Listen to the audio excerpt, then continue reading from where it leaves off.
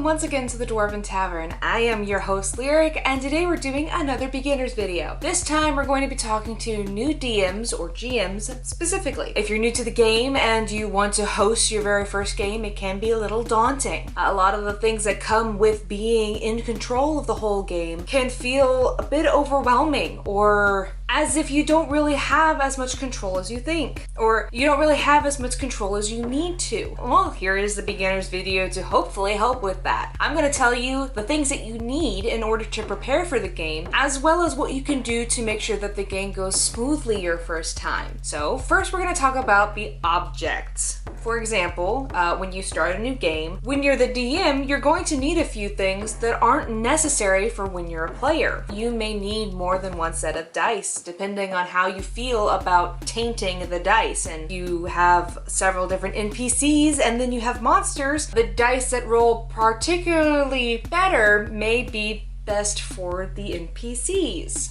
Or maybe you are feeling a little particularly cruel for your players and you want to make those the dice for the monsters so that they have a harder time fighting them. It's really up for you to decide on how you want to use the dice. When you have multiple dice, it can allow for a little more fluidity in your gameplay. Another thing that you may need that you may not need as a player, you especially don't need as a player, is a DM screen or GM screen. This is a screen that can hide your rolls and your notes from your players so that nothing is given away. Or, for example, if you're a little bit on the more altruistic side, you may want to fudge rolls so that your gamers can be a little more driven to play the game and they don't feel as defeated. Maybe just as much as you are a new GM, they are a new player and they can find the game a little bit daunting, fudging the dice, which is something you can choose to do or not to do. It's entirely up to you and your gamers. Fudging the dice may give them more incentive to play, especially if you accidentally throw them up against monsters that are way too high level for them.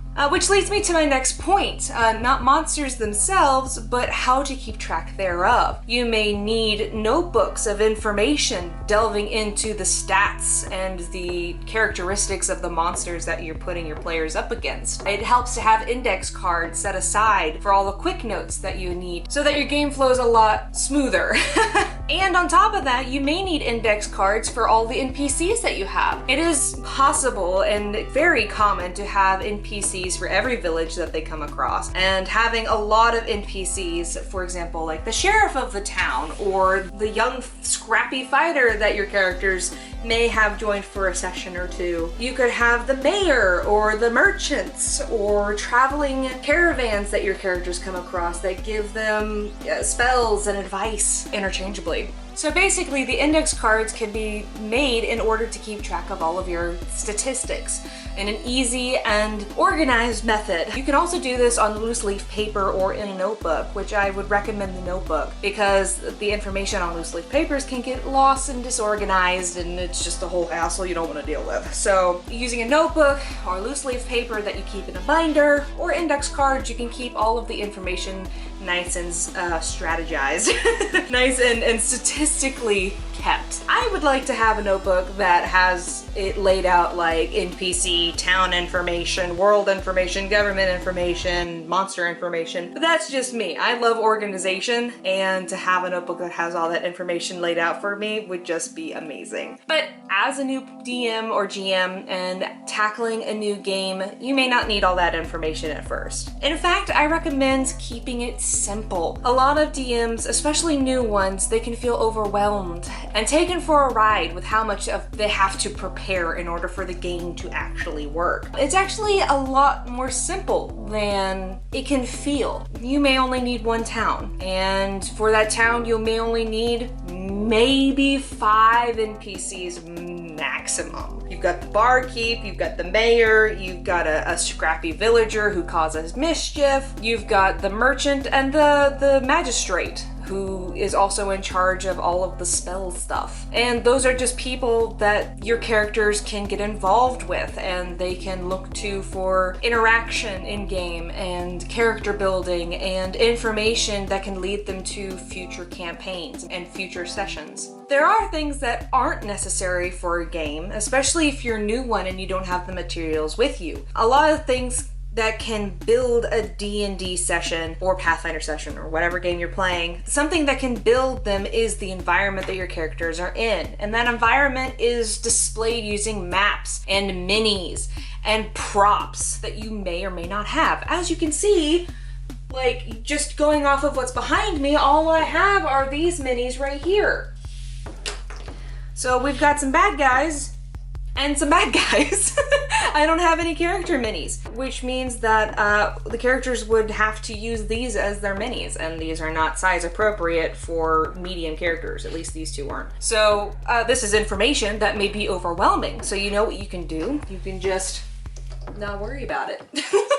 Basically what I'm trying to say is that minis and maps and props and other things that you may want to use for your game to make it feel a little more inclusive and immersive is the word I'm looking for. As much as that would be nice, it's not necessary. And you can just set it aside for the time being until you have the finances or the space to get those things. For example, I mean, these aren't even mine. Those are Tavern Jeff's, and he let me use them for props, which I just realized that they're all turned around. So while they look cool and they can definitely help later on down the road, they're not necessary for your first few sessions. I mean, I've played so many games where I haven't even used a map, just because it's that level of difficulty that isn't really required for that particular game. I mean, your game may only stay in a town, or they may make a dungeon crawl where it's, you know, just a straight shoot and there's no need to build a map because it's not a labyrinth, it's just a dungeon. Which is, for some people those are interchangeable, but we're not gonna get into that. I'm just saying, like, sometimes a map is not necessary. You know the surrounding area and you know who lives where, and that's all there is to it. You may only stay in the woods, and making a map would be unnecessary.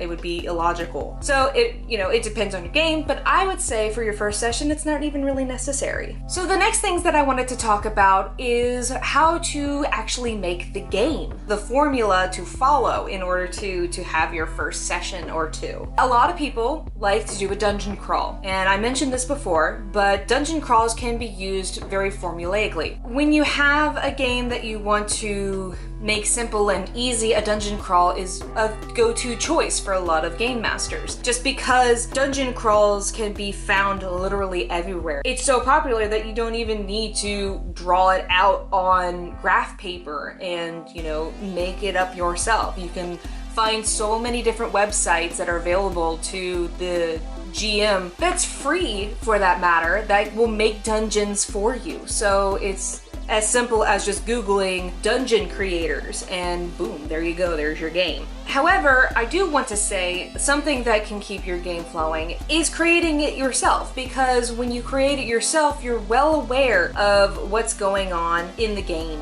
and you know exactly where everything is. And if you keep it really simple, you're not going to get overwhelmed. Some of those dungeon creators can be overwhelming and they can be complex. In doing so, you could create a game that's not fun for you, and that's not the point of D&D. That's not the point of RPGs in general. They're supposed to be fun. RPGs are supposed to be games that take you from our world and put you in a fantasy world so that you can live in a fantasy situation and you can create the luck, you can create the rules, you can create the livelihoods and the religion and basically everything that makes this life difficult. The RPG is supposed to make it fun and easy. And making a dungeon crawl can make that fun and easy. And I can say with full confidence that my first DMing session, I was actually putting my characters through a dungeon crawl. And while it was very fun, my next DM session where I led a character through the harbor city was pretty fun too. So it really depends on who you are as a GM or DM and how you want your characters to explore who they are. That being said, there are a few things that I want you to be aware of when it comes to creating your first session. For example, your players might not know each other in game. They may be best friends outside of game, but there's no guarantee that your characters have grown up together or are even aware of each other. So it's, to me, really important to include player-to-player interaction.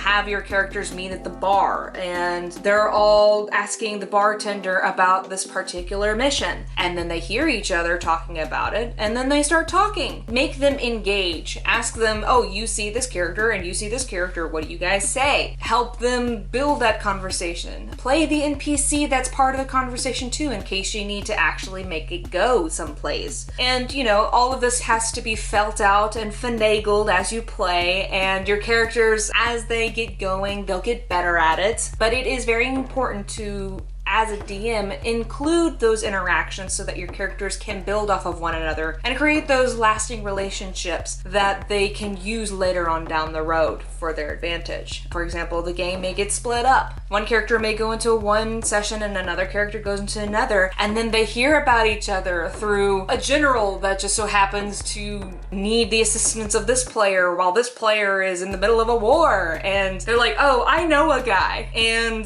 it can create a lifelong lasting relationship that can really add depth to your game. But for your first session, I would say keep it simple. It is so very easy to overcomplicate it as the first time DM. You can try to put your characters up against thousands of monsters in a very narrow, deep 30-level dungeon, and you know, you characters may not even get to the dungeon the first session. And there's nothing wrong with winging it and, you know, saying, hang on for a second, I need to look up some monsters, let's do a bathroom break, I'll be right back.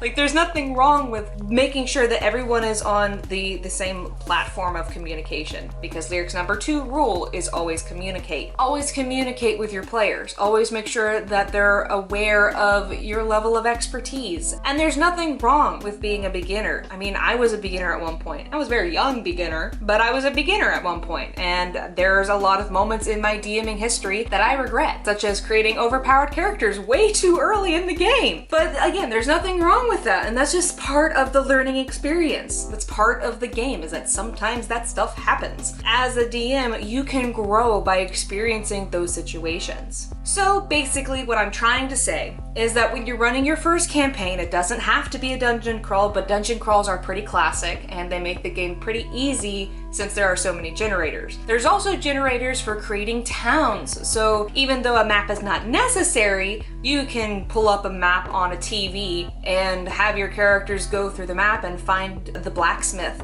that needs to fix their armor for their first adventure. Or maybe they need to talk to the mayor to find out what is troubling the town. Like, they don't even have to leave their hometown in order to have an adventure. And I would recommend, even though this is your first game, you don't need to overcomplicate it. Have at least one challenge. That's all it takes for the game to get going, is to have, all suddenly in the middle of the night, you wake up and you hear a howl off in the distance. And your players are like, oh my god, a wolf? No, it's a were-coyote and he has come to seek revenge on someone in the town. And don't know what is going on. You are a bystander of the situation. You know, there's a campaign right there. That's all it takes. Like, you don't even have to see the were-coyote for the rest of the game. You just hear him howl every once in a while. And you have to get to the bottom of the political injustice to find out who he has wronged or who has wronged him. And that can be just the first session. That could be even more than the first session. As long as you have one plot point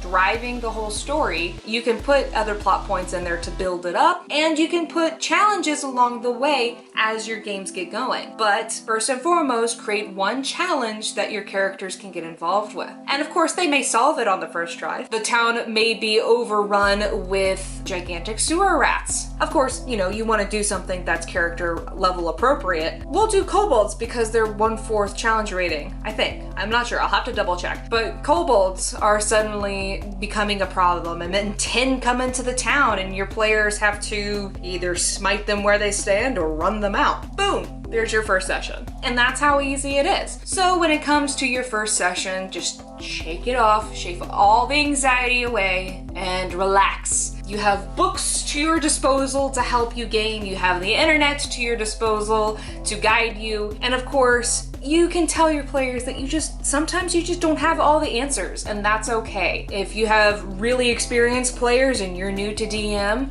I know a lot of gamers, and 99% of us are really chill. We're really cool with helping new people out and guiding them along. And building on that, if you have comments or questions below as a new DM, do it. Like, we want to hear it because we want to help. That's the whole reason I make beginners videos, is because I'm here to assist you. So with that being said, I wish your new DM or GM session the best of luck.